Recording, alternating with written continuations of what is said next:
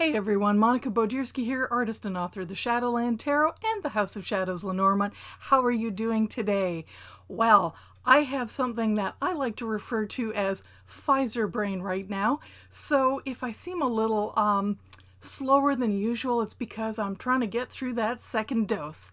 Anyway, I'm making this video to share some of the most frequently asked questions because it's all my brain could handle today. So I compiled a list of the things that I have been asked, I would say, most often in my reading practice and as a witch. So let's take a look at some of these questions. And by the way, if you feel like doing a video response and you've got your own channel, please do. Natalie, I'm talking about you.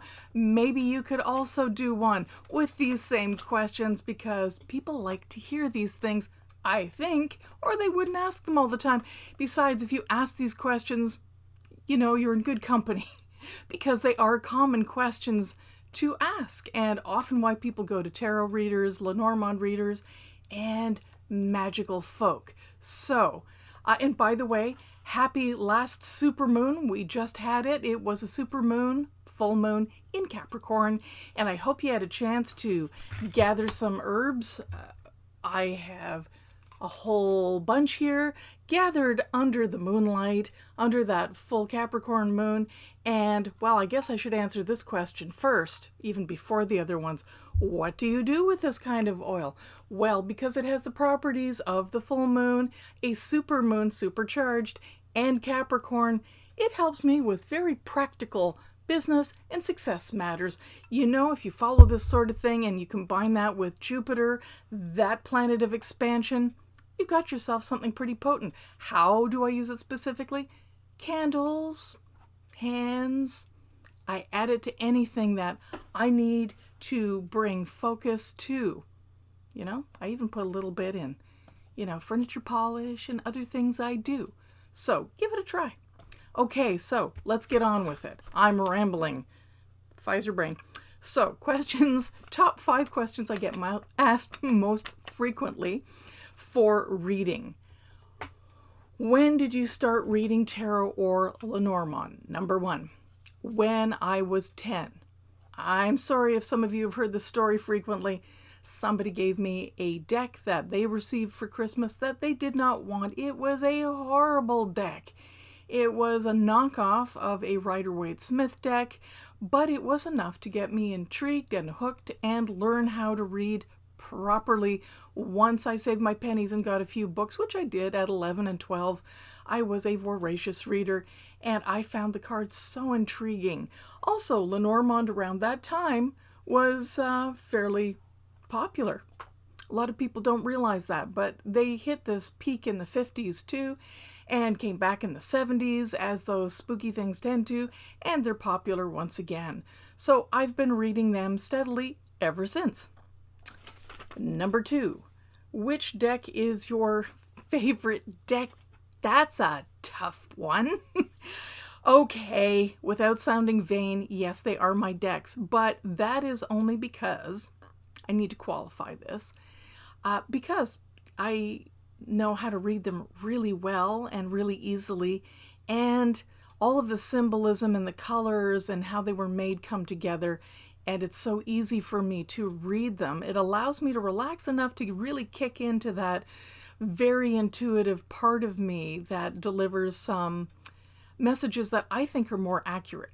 Now, if you're going to ask me about my favorite artwork, oh gosh, I have way too many favorite tarot decks and art, including Patrick Valenza, Deviant Moon, and more recently, I'm not sure whose deck this was, the Tarot del Toro, because of course I like Guillermo del Toro's work, and a few other spooky decks, sometimes just cheery decks, sometimes just the Morgan Greer deck. I tend to read more Rider-Waite-Smith style decks than other decks, but I do have a Thoth deck or two. I just don't resonate with it as much. Okay, question number 3, who influenced your art? Okay, that's another difficult thing because I've had many different art styles in my art career over the last decades. So that has changed.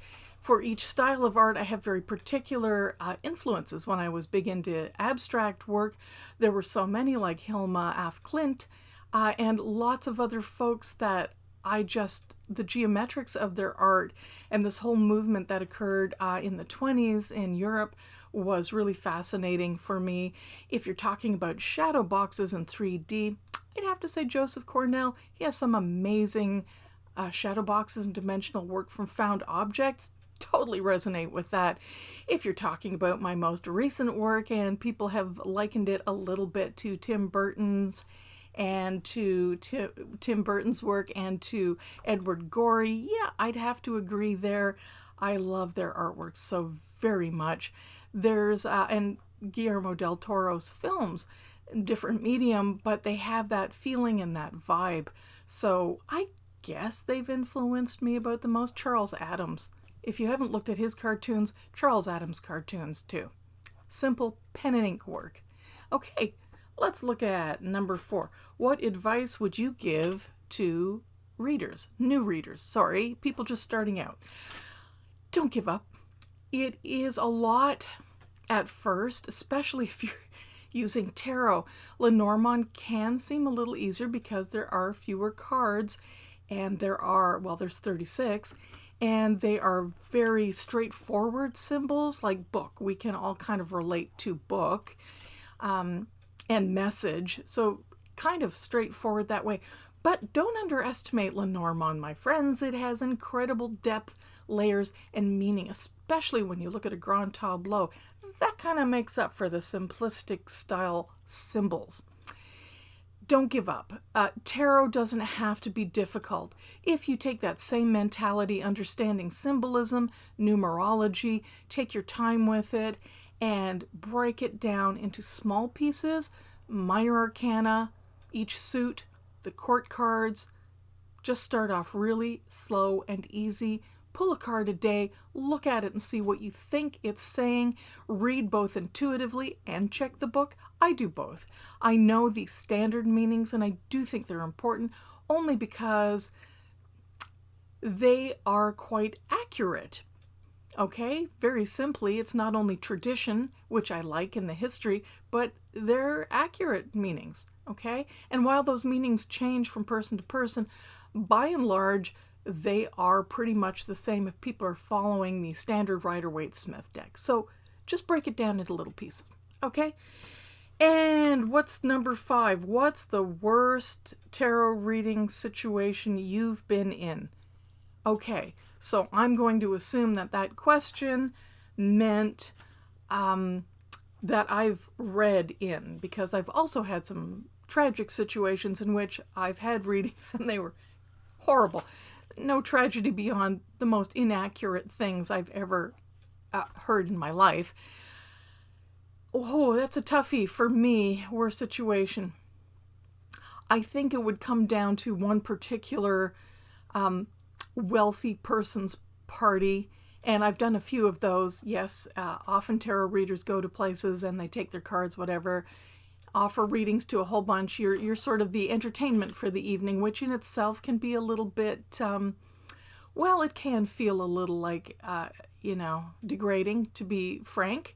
Maybe not for some folks, but it is when you put it in the context of entertainment and parties and a whole lot of drunk, entitled people.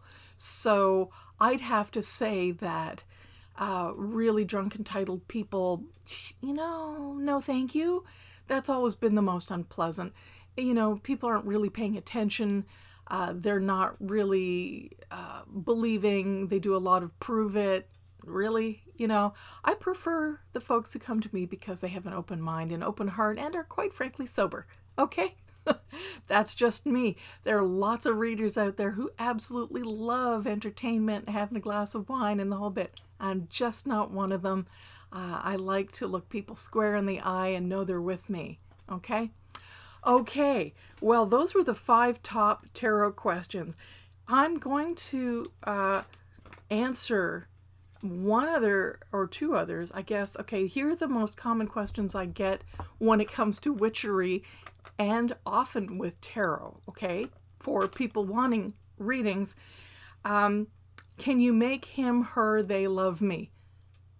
No. Next, what is she, he, they thinking of me right now? Couldn't tell you? Don't spy. Why did he, she, they leave or break up? Better you should ask your therapist.